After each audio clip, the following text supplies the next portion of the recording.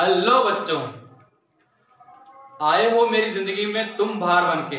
जी हाँ बच्चों और मेरे प्यारे दोस्तों, आप सभी मेरे जीवन में बाहर बनकर आए हो और मैं आशा करता हूँ कि इसी प्रकार से आप मेरे साथ जुड़े रहें। आप सभी का एक बार फिर से मेरे YouTube चैनल में स्वागत है और चैनल का नाम आपको पता ही है, फिजिक्स की आत्मा। तो हम स्टार्ट करते हैं। आज का जो क्वेश्चन है वो है आपका derive an expression for magnetic field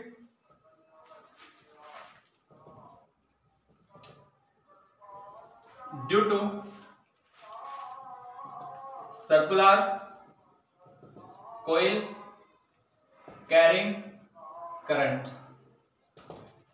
okay बच्चों, देखो एक बार वापस से क्वेश्चन में रिपीट कर देता हूं। Derive an expression for magnetic field या इसको आप बोल सकते हो intensity of magnetic field. Okay, इसको हम क्या बोल सकते हैं? Intensity of magnetic field due to current coil carrying current. ठीक है, एक कोइल है सर्कुलर कोइल, इसको आप सर्कुलर लूप भी बोल सकते हैं ना। यहाँ पे हम वर्ड क्या यूज करते हैं? Circular loop. ठीक है, तो इसको आप कोइल के लिए यूज करें या लूप के लिए यूज करें और इसमें क्या करंट फ्लो हो रहा।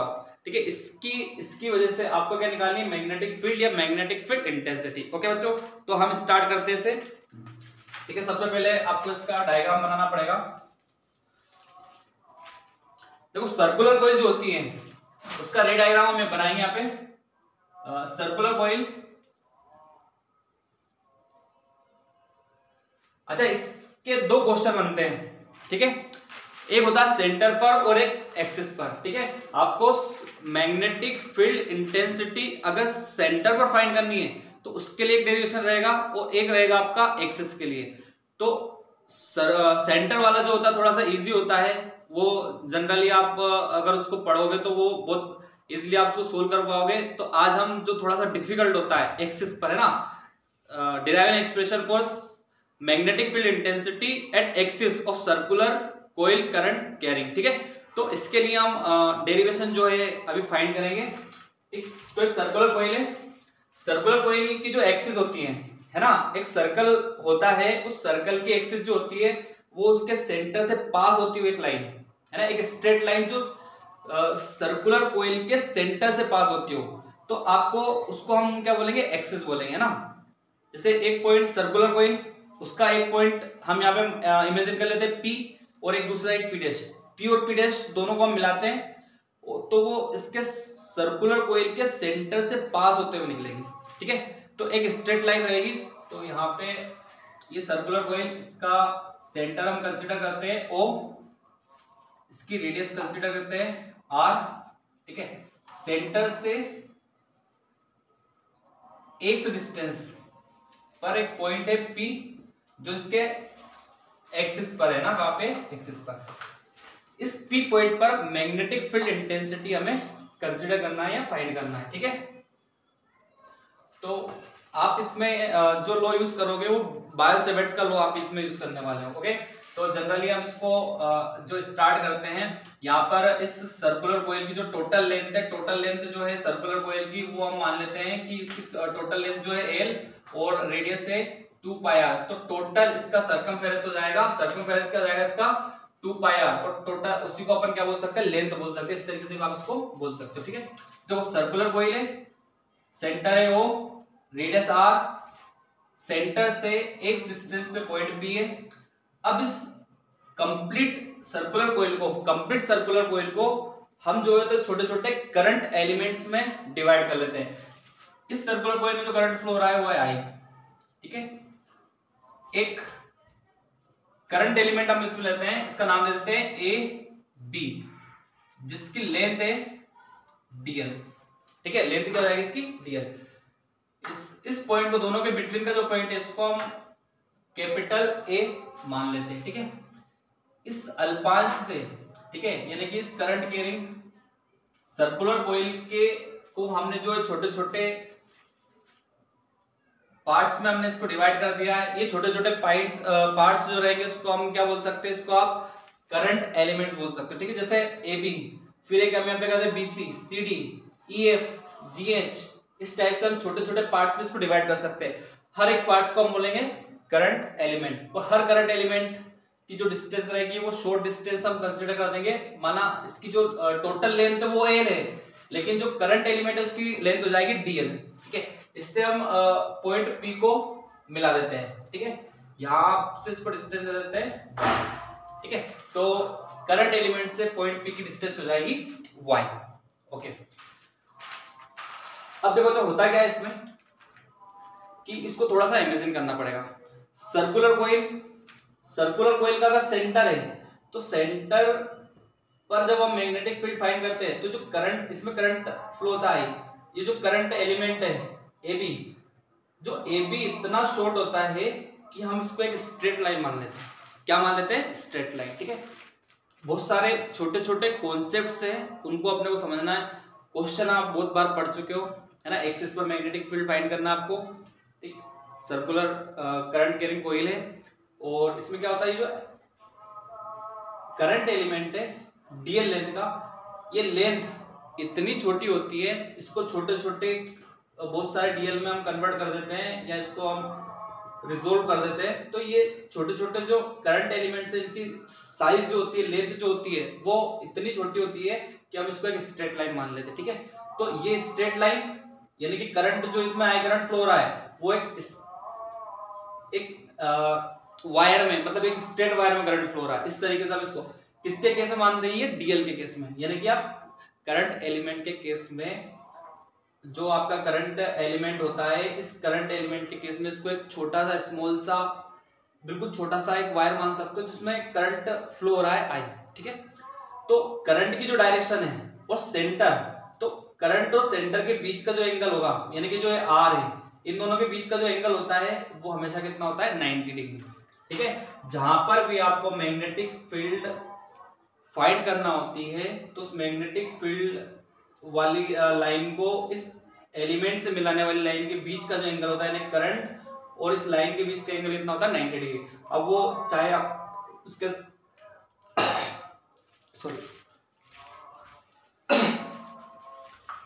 आप उसको सेंटर पे फाइंड करें या आप उसके एक्सिस पे फाइंड करें, दोनों ही केस में एंगल कितना होगा? 90 डिग्री, ठीक है। तो ये 90 डिग्री में इसलिए बता रहा हूं कि अभी आगे अपने को आपके आंसर में आने वाला है, ठीक है। देखो ये जो लाइन है, इस लाइन के इस करंट एलिमेंट की वजह से इस पे जो मैग्नेटिक फील्ड होगी, मैग्नेटिक फील्ड इंटेंसिटी जो होगी इसके क्या होगी? परपेंडिकुलर। तो परपेंडिकुलर कुछ इस तरीके से रहेगी, ठीक है। इस लाइन के परपेंडिकुलर, है ना, थोड़ा ज्यादा बड़ा बना दिया इसको, थोड़ा छोटा कर देते हैं, ठीक है। इस लाइन के परपेंडिकुलर, ठीक, इसको बोल देंगे हम magnetic field intensity D V, okay. इसको हम क्या करते हैं, एक एलिमेंट और ले लेते हैं, एक करंट एलिमेंट और ले लेते हैं, क्योंकि बहुत सारे करंट एलिमेंट से मिलकर बनी हुई है ना कोइल जो है, बहुत सारे करंट एलिमेंट से मिलकर बनी हुई, इसलिए हम इसमें एक करंट एलिमेंट और ले लेते हैं, ए डैश बी डैश, लेंथ क्या रहेगी? डीएल, ठीक है। इसका भी एक सेंटर पॉइंट हो जाएगा आपका, इसको दे देते हैं बी। इस बी से भी जब हम इसको मिलाते हैं तो ये भी इस पर क्या करेगा? मैग्नेटिक फील्ड प्रोड्यूस करेगा। ए बी भी मैग्नेटिक फील्ड पॉइंट पी पर प्रोड्यूस करेगा, यानी कि इसकी एक्सिस पर। ए डैश बी डैश भी क्या करेगा? प्रोड्यूस करेगा। इससे बहुत सारे एलिमेंट्स, मतलब पूरी कोइल छोटे छोटे एलिमेंट से बनी हुई है, तो सारे एलिमेंट्स क्या करेंगे? मैग्नेटिक फील्ड प्रोड्यूस करेंगे, और वही अपने को फाइंड करना है, ठीक है।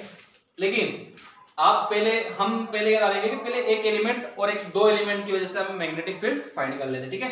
तो देखो इस एलिमेंट की वजह से मैग्नेटिक फील्ड की डायरेक्शन जो रहेगी, वो जो लाइन जॉइनिंग है, लाइन जॉइनिंग की क्या होगी? परपेंडिकुलर। ऐसे ही ये लाइन जॉइनिंग है इसके परपेंडिकुलर, इस लाइन के परपेंडिकुलर, ये जाएगा आपका डीबी, ठीक। तो देखो ये तो इंक्लाइंड हो गया, मतलब ना तो आपको हॉरिजॉन्टल मैग्नेटिक फील्ड मिल रही है, ना ही आपको परपेंडिकुलर एक वर्टिकल मिल रही है।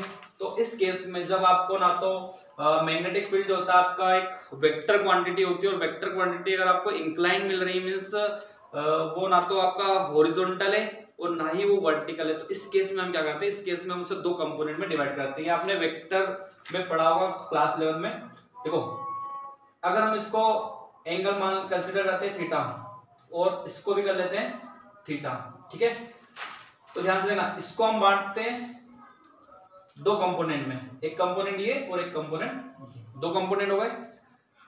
ये वाला जो कंपोनेंट है और ये वाला जो, अब इसमें किसे कोस देना है किसे साइन देना है, किसे कोस देना है किसे साइन देना है, डिपेंड करेगा थीटा पर। ठीक है, देखो ये वाली लाइन और ये वाली लाइन, ठीक है, दोनों आ रही, दोनों के बीच बिटवीन एंगल कितना है थीटा। इस वाली लाइन और इस वाली लाइन के बीच में एंगल कितना है थीटा। ठीक, देखो ये वाली लाइन इसके परपेंडिकुलर ये हो गया और इस लाइन के परपेंडिकुलर ये हो गया, है ना। दोनों मतलब दोनों ही लाइनें जब यहां से आ रही है और एक दूसरे से क्या बना रही है, परपेंडिकुलर बनाएंगे, मतलब इसका परपेंडिकुलर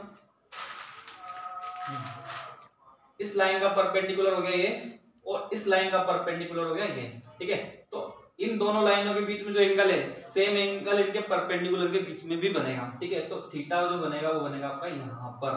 ठीक, अब हमें पता है कि जहां बनता है थीटा, ठीक है, सटा हुआ, जो आपका रिजल्टेंट होता है, रिजल्टेंट है डीबी, और जिसके साथ बनता है थीटा, तो वो हमेशा क्या हो जाएगा, डीबी कोस थीटा कंपोनेंट हो जाएगा, डीबी कोस थीटा कंपोनेंट हो जाएगा। बचा हुआ क्या हो जाएगा, तो बचा हुआ हो जाएगा बेचारा डीबी साइन थीटा।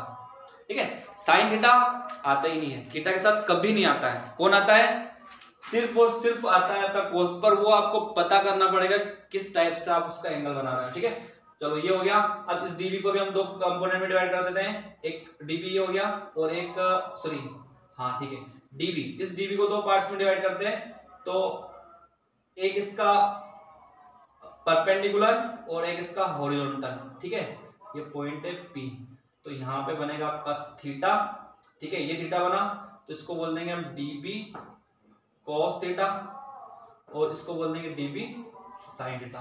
ठीक है, तो हुआ क्या बच्चों, इसमें हुआ ये है कि आप सर्कुलर कॉइल की वजह से एक्सिस पर मैग्नेटिक फील्ड इंटेंसिटी फाइंड कर रहे हैं, और मैग्नेटिक फील्ड इंटेंसिटी जब आप फाइंड कर रहे हो तो आपने जब एक एलिमेंट लिया करंट एलिमेंट, तो आपको मैग्नेटिक फील्ड मिली डीबी, तो उसको हमने दो पार्ट्स में या दो कंपोनेंट में डिवाइड कर लिया, dB cos theta dB sine theta. ठीक, हमने फिर से चेक किया, तो एक कंपोनेंट और ले लिया डैश बी डैश, तो उसका भी वही सेम कहानी, डीबी और dB cos theta dB sine theta.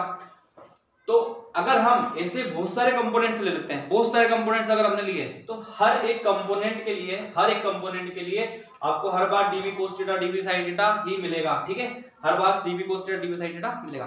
तो करना क्या है, तो देखो एक वेक्टर क्वांटिटी जब मैग्नीट्यूड में सेम हो, वेक्टर क्वांटिटी यदि मैग्नीट्यूड में सेम और डायरेक्शन में अपोजिट हो, तो वो एक दूसरे से कैंसिल हो जाती है। ठीक है, तो किसका एडिशन होगा, सिर्फ डीबी साइन थीटा। इसका मतलब आपको मैग्नेटिक फील्ड जो मिलेगी वो सिर्फ और सिर्फ डीबी साइन थीटा कंपोनेंट की वजह से मिलेगी, इसके अलावा आपको magnetic field dB cos theta नहीं देगा। ठीक है, तो क्वेश्चन को हम स्टार्ट करते हैं। कुछ डाटा जो होता है लिखने का वो आप लिख ही सकते हो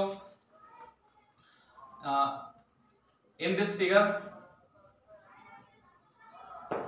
ठीक है, मैं शॉर्ट में बता देता हूं। इन दिस फिगर आर क्या जाएगा, R equals to radius of circular coil,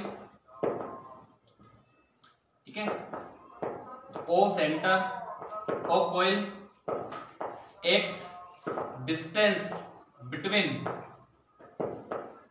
centre of coil and point P ना, और पॉइंट पी कहां है, ये आपका है एट एक्सिस, पॉइंट पी कहां पे है, एट एक्सिस। ठीक है, I current flowing through circular coil, okay, A B current element, D L length of current element. तो बच्चों देखो ये तो हम लिख सकते हैं, और यहाँ पे y क्या हो जाएगा, y distance between current element and point P, है ना। ऐसे कुछ डाटा जो है हमको लिखना होता है, तो वो हम इसको डायग्राम को देख के आप लिख सकते हो। ठीक है, तो मैं इसको मिटा देता हूँ क्योंकि मेरे पास जगह यहाँ पे थोड़ी सी कम है। हम क्वेश्चन को स्टार्ट करते हैं। इसका डेरिवेशन किस तरीके से करेंगे, इसका डेरिवेशन अब मैं स्टार्ट करने वाला हूँ। मेरे हिसाब से आपको समझ में आ गया होगा कि इस क्वेश्चन को किस तरीके से मतलब अपने को समझना है, वो आपको आ गया होगा। देखिए according to Biot Savart law,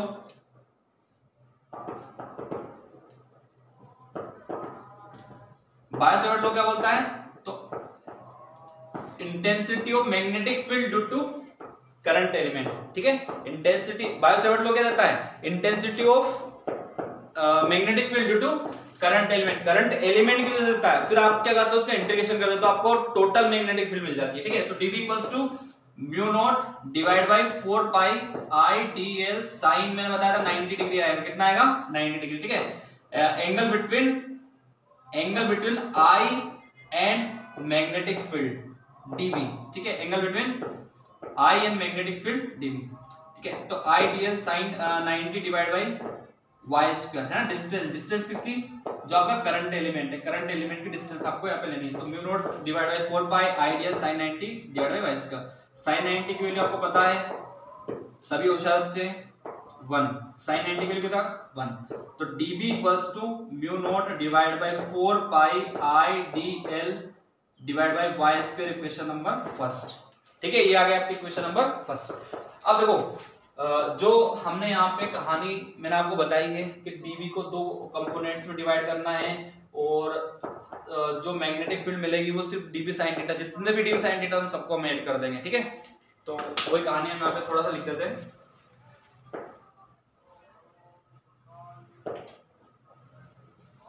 We are divided magnetic field dV in two component, है ना, हॉरिजॉन्टल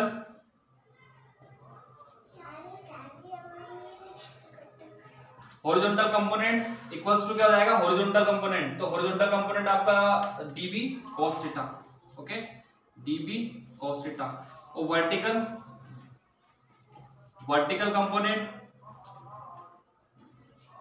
कंपोनेंट हो जाएगा dB sin थीटा, है ना।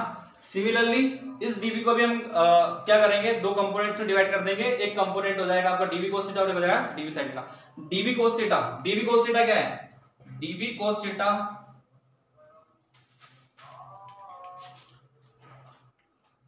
Is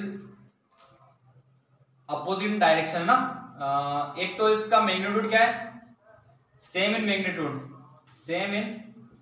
magnitude and opposite in direction, ठीक है। dB cos थीटा जो है मैग्नीट्यूड में तो सेम है लेकिन डायरेक्शन में क्या है, अपोजिट है, तो they are cancel each other, है ना। जितने भी dB cos थीटा है एक दूसरे को कर देंगे, कैंसिल कर देंगे, है ना। dB cos थीटा एक दूसरे को कैंसिल कर देंगे और dB sin थीटा जाएंगे, उनका क्या हो जाएगा, एडिशन हो जाएगा। So net magnetic field intensity due to dB sin theta, okay. तो देखो बच्चों मैंने बताया आपको कि हॉरिजॉन्टल कंपोनेंट और वर्टिकल कंपोनेंट, हॉरिजॉन्टल और वर्टिकल में डिवाइड कर लिया। जो हॉरिजॉन्टल कंपोनेंट है वो डायरेक्ट मैग्नीट्यूड तो सेम है, सेम मैग्नीट्यूड, लेकिन डायरेक्शन अपोजिट है, तो एक दूसरे से कैंसिल आउट हो जाएंगे और dB sin थीटा जो हो जाएंगे वो ऐड हो जाएंगे, है ना। इनको अपने को क्या कर देना है, ऐड कर देना है, ठीक। तो नेट मैग्नेटिक फील्ड किससे मिलेगी, dB sin थीटा से ही आपको मिलने वाली है, ओके। तो मैं यहाँ पे लिख देता हूँ नेट या total magnetic field B equals to integration of dB sin theta, B equals to dB sin theta, ठीक है। अब यहां से आपको क्या करना, वैल्यू पुट कर देने by equation first B equals to integration of dB की वैल्यू क्या है, dB की वैल्यू है mu naught divide by 4 pi I dl, okay, y square, ठीक है। ये वैल्यू हो गई आपकी dB की वैल्यू है mu naught divide by 4 pi I dl y square into sin theta, तो sin थीटा इसमें आ जाएगा आपका, ठीक।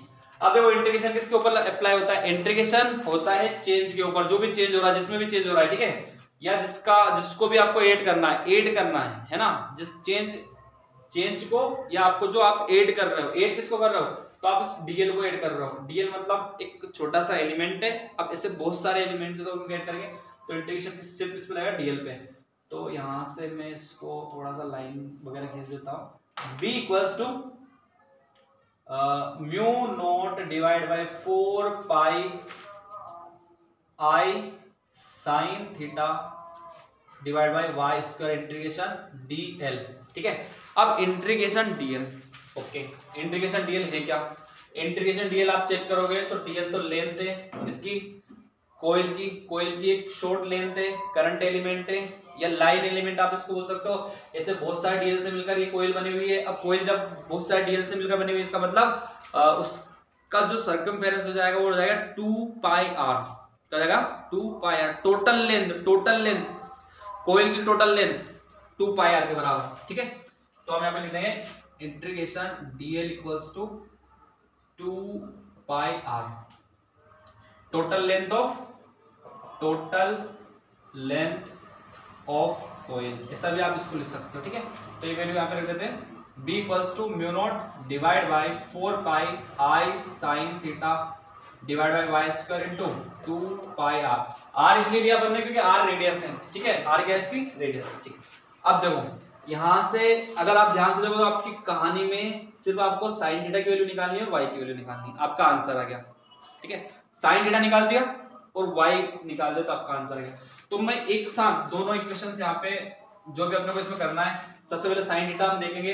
तो यहाँ पे देखो, यहाँ पे बन रहा है थीटा, थीटा क्या सामने होता है परपेंडिकुलर, और ये हो जाएगा आपका हाइपोटेनस, ठीक है।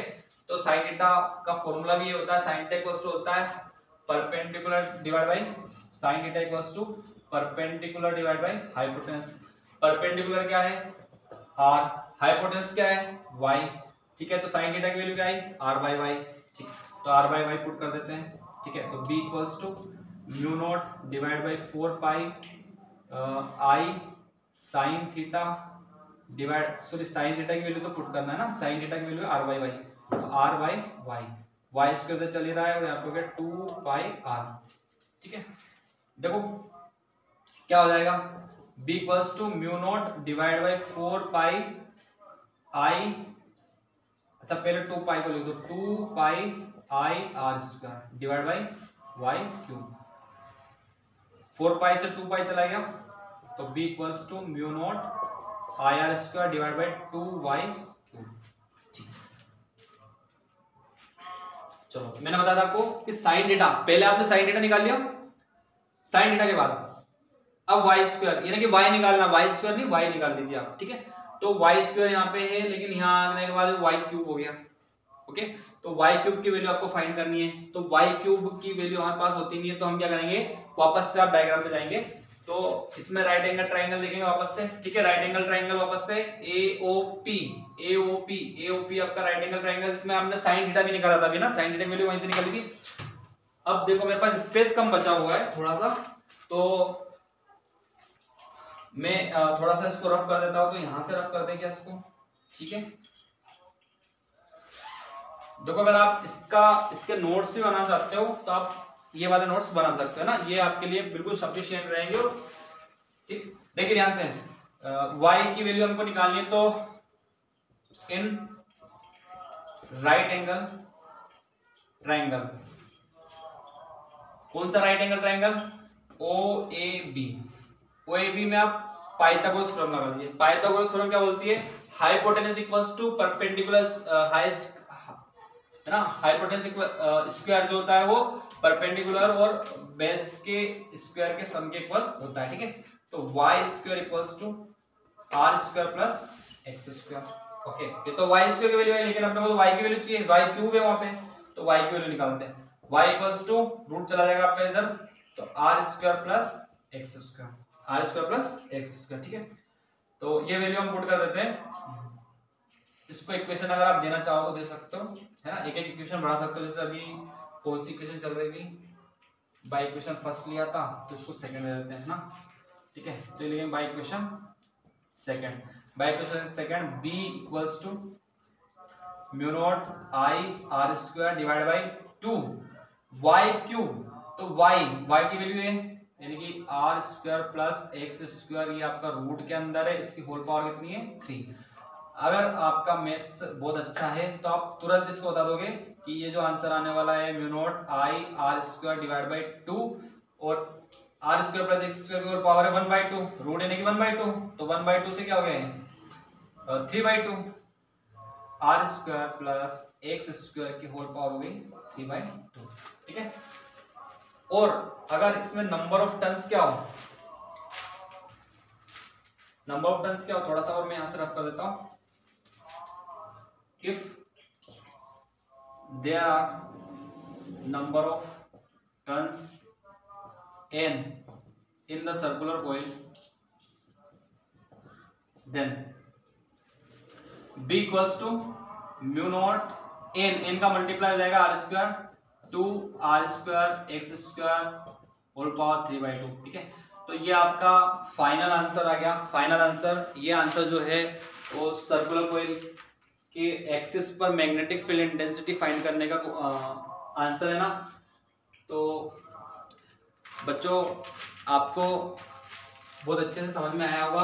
अगर इसमें कहीं पे भी कुछ भी आपको समझ में नहीं आता है या कोई डाउट रहता है जो भी है, तो आप कमेंट कर सकते हो, आपके कमेंट एक्सेप्टेड है। ओके, थैंक यू, जय हिंद, जय भारत।